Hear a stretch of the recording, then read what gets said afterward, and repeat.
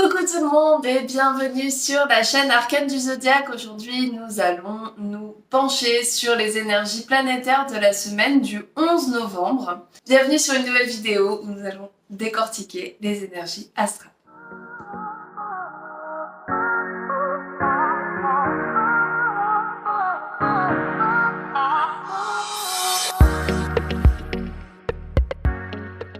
Alors, avant de commencer l'étude de cette semaine du 11 novembre, je vous invite à vous abonner à ma chaîne et à liker la vidéo si mon contenu vous plaît, ça m'aide vraiment beaucoup. Et on va donc commencer tout de suite cette vidéo.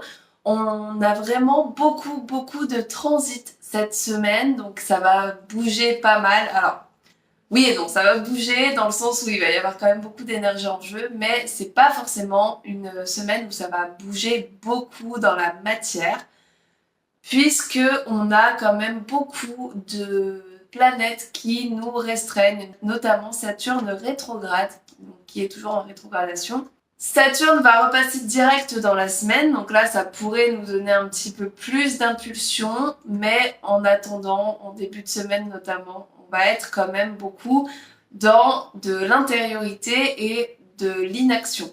Cette semaine, c'est surtout les signes fixes, donc les signes fixes c'est Taureau, Lion, Scorpion, Verseau qui vont être impactés, et également les signes mutables. Donc les signes mutables, c'est le Gémeaux, la Vierge, le Sagittaire et le Poisson. Les signes cardinaux, eux, vont être relativement épargnés puisqu'il n'y a quasiment aucun transit qui se trouve dans les signes cardinaux. Donc les signes cardinaux, je le rappelle, c'est Bélier, Cancer, Balance et Capricorne. Et donc ces signes cardinaux-là, ils vont avoir un seul transit vraiment impactant, c'est l'entrée de Vénus en Capricorne. Mais sinon, pour le reste des transits, soit ils ne sont pas du tout impactés, soit ils vont être impactés, mais de manière bénéfique. Donc ils vont avoir les bonnes vibes des aspects. Du coup, on n'est pas sur un gros impact pour ces signes-là, puisqu'ils vont pas forcément être challengés cette semaine. Donc, voilà, c'est vraiment une vidéo qui va être super importante pour les signes fixes et les signes mutables.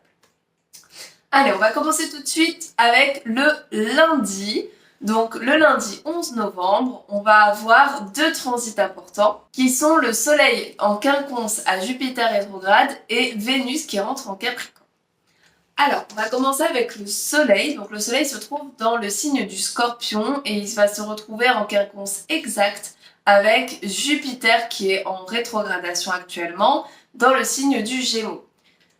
Qu'est-ce que ça veut dire? Tout simplement, c'est un aspect dissonant. Alors le quinconce, c'est pas un des aspects les plus importants, c'est plutôt un aspect mineur, surtout chez certains astrologues, mais c'est pour moi le plus important des aspects mineurs, donc c'est pour ça que j'ai décidé depuis peu de l'intégrer dans mes analyses de transit. Et donc le Soleil en quinconce à Jupiter rétrograde, il va beaucoup moins s'expandre. Jupiter, c'est la planète de l'expansion et de la chance, mais ici, donc en rétrogradation, il va avoir plutôt tendance à se renfermer sur lui-même, à réfléchir un petit peu à sa place dans le monde, dans la société, à réfléchir aussi à sa quête de sens, qu'est-ce qu'il fait de sa vie.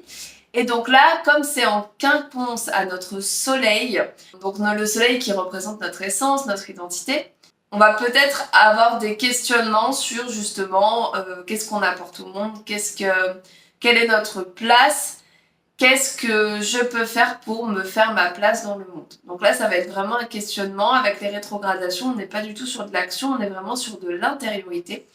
Donc ici, on pourrait se poser ce genre de questions pendant ce lundi 11 novembre. En plus, c'est un jour férié, donc c'est vraiment propice à de l'introspection et à des questionnements internes.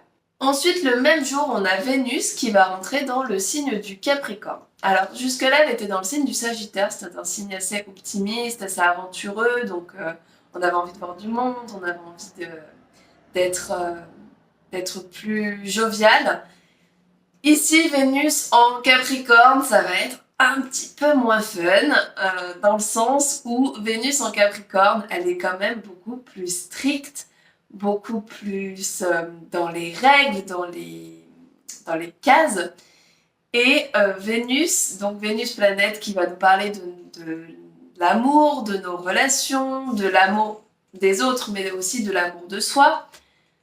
Elle va nous parler également de l'argent. Et bien ici, en Capricorne, on pourrait être beaucoup plus rigide sur toutes ces questions-là.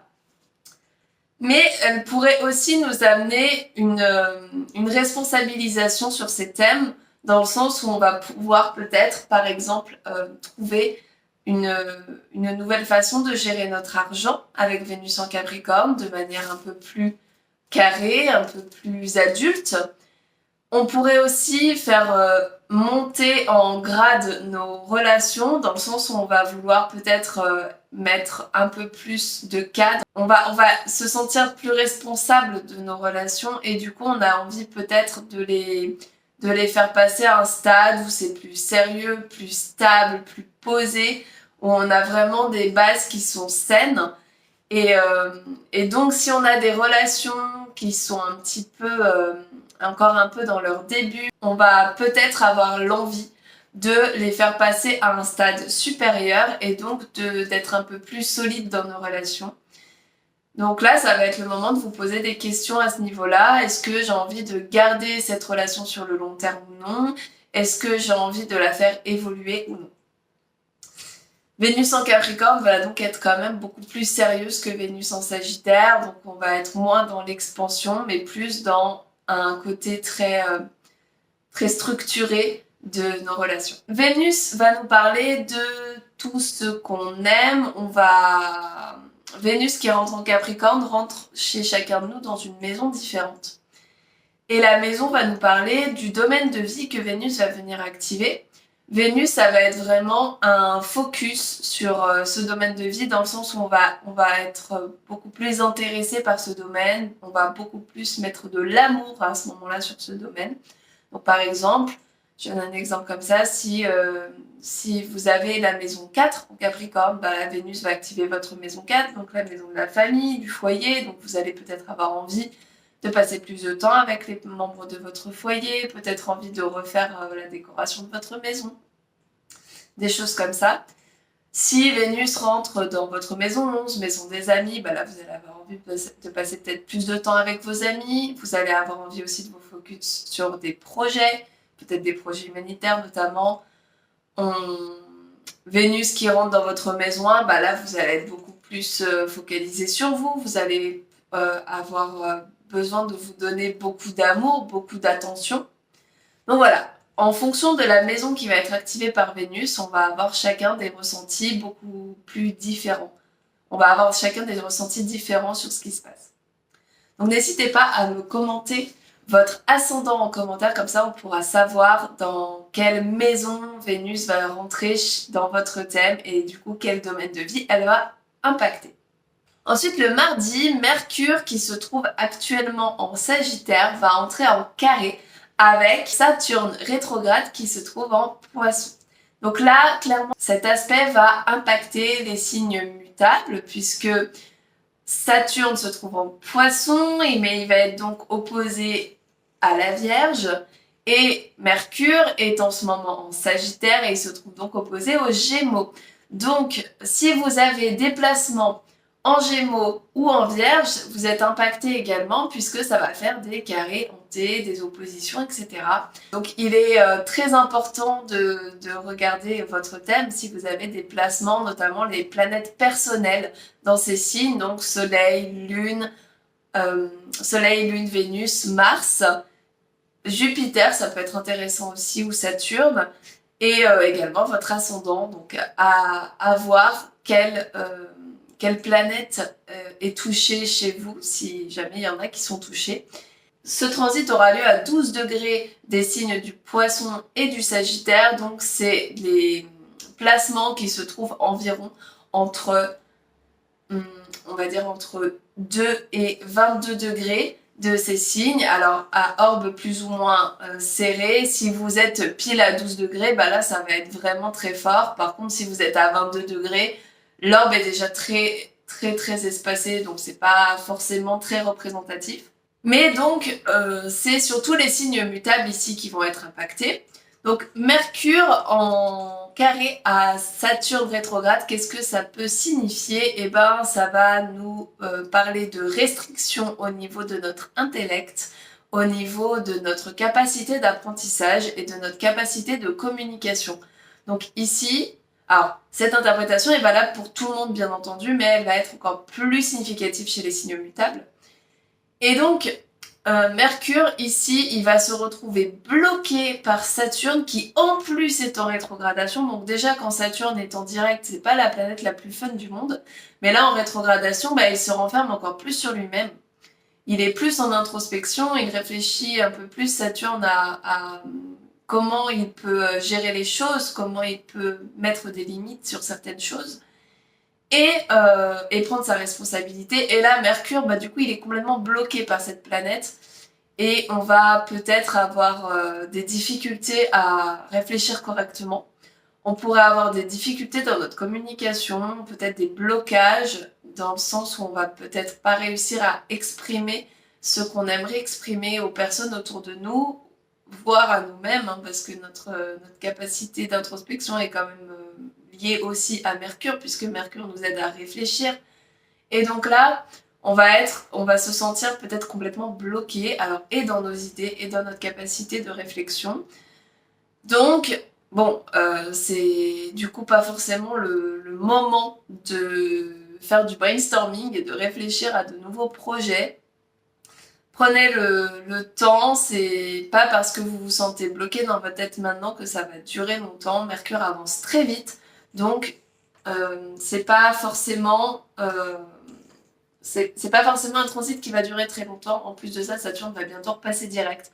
Donc on respire, c'est pas très long comme transit. Donc ensuite, le mercredi, on n'a pas de transit particulier, donc on va passer directement au jeudi, où Vénus va entrer en quinconce avec Mars.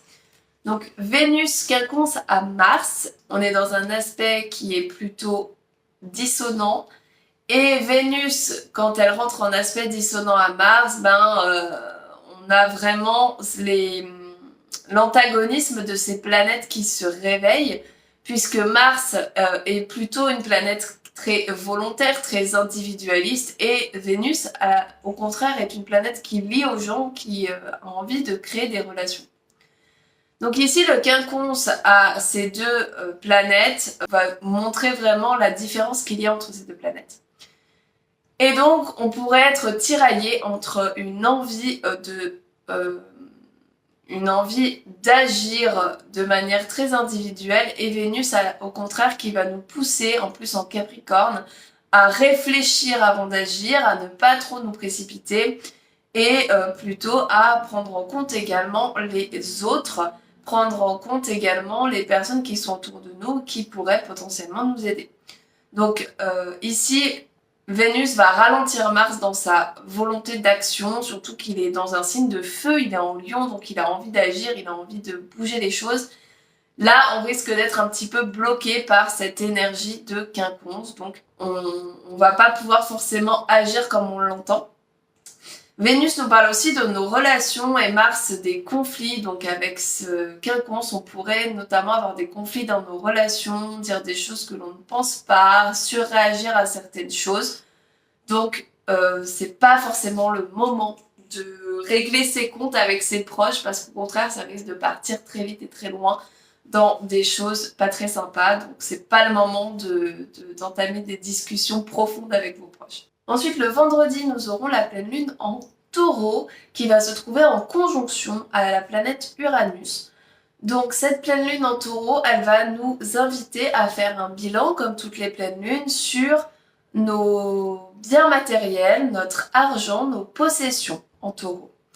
Mais le fait qu'elle soit en conjonction, donc c'est la lune qui va se retrouver en conjonction à Uranus, eh bien nous allons être peut-être un petit peu plus secoué que d'habitude. Peut-être que Uranus va nous forcer à changer des choses. Même si c'est une phase de bilan, Uranus va peut-être nous secouer un petit peu et nous pousser agir, à agir peut-être autrement, à agir de façon différente pour pouvoir enfin atteindre nos objectifs. Cette pleine lune nous montre ce qu'il faut encore accomplir puisque nous sommes censés faire un bilan. Alors c'est important de faire un bilan sur ce que vous avez accompli déjà, mais c'est aussi important de voir ce qu'il reste à accomplir. Et Uranus va peut-être nous pousser à prendre des décisions qui vont complètement changer avec les décisions que l'on prend d'habitude. Et il va vraiment avoir envie de nous bouger et de nous sortir un petit peu de notre zone de confort. Là, pour cette pleine lune, et comme pour toutes les pleines lunes, c'est aussi super important de regarder quel axe cela va venir influer dans votre thème. Donc l'axe taureau-scorpion, et donc en fonction de votre ascendant, ça va agir sur des maisons particulières. Je vais vous en parler plus longuement dans une vidéo dédiée à cette pleine lune en taureau que vous pourrez retrouver sur ma chaîne d'ici quelques jours. Donc restez bien connectés et activez la petite cloche pour ne pas rater les nouvelles vidéos. Le même jour que cette pleine lune, nous avons Saturne qui va reprendre sa course directe. Donc il va arrêter sa rétrogradation et recommencer à avancer. Et donc ici, on va enfin laisser un petit peu tomber les blocages que l'on avait jusque-là. Alors, la pleine lune en taureau, elle va activer plutôt les signes fixes, puisqu'elle se trouve sur l'axe taureau-scorpion, et donc elle est en carré aux signes Verseau et Lion.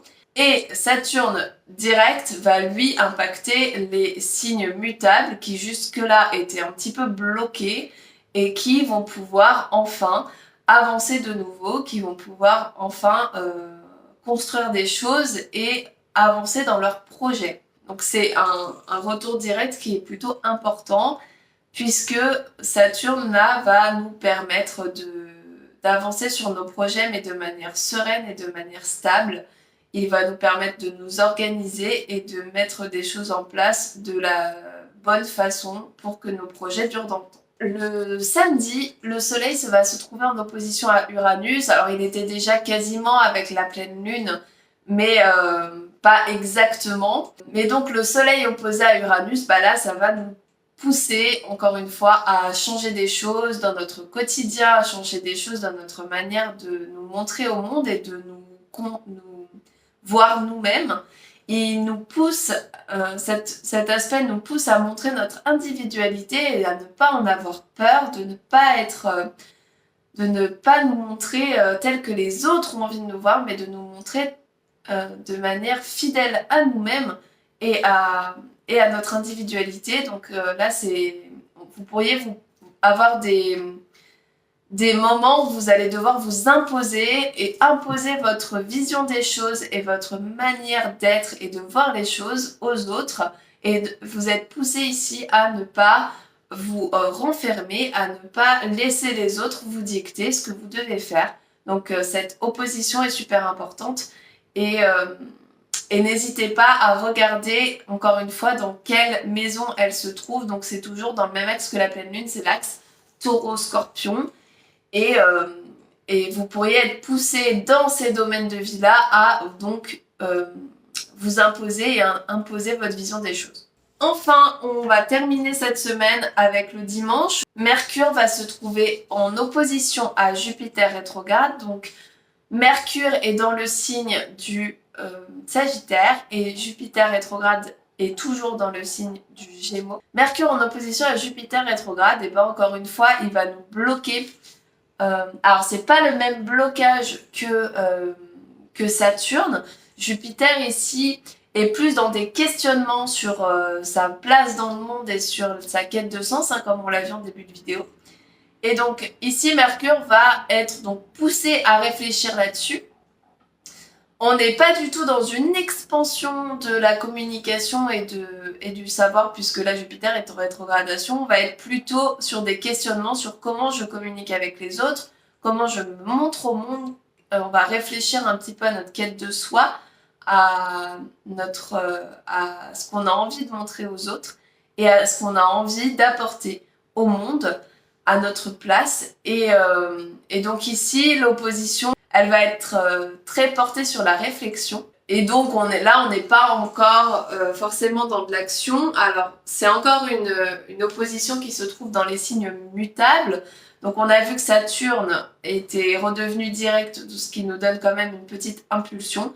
Mais on a toujours Jupiter rétrograde qui influe les signes mutables. Donc on n'est encore pas forcément dans de l'action pure et dure. On va être amené encore à réfléchir un petit peu avant de vraiment passer à l'action. Donc les signes mutables, Poisson, Gémeaux, Vierge et Sagittaire, vont être plutôt bloqués, mais plutôt au niveau intellectuel. Alors que cette semaine, les signes fixes vont être plutôt poussés à agir et à changer des choses.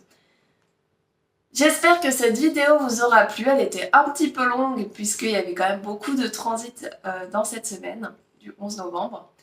J'espère qu'elle vous a plu et qu'elle vous aura aidé. N'hésitez pas à me mettre vos retours par commentaire, ça me fait toujours plaisir de vous lire.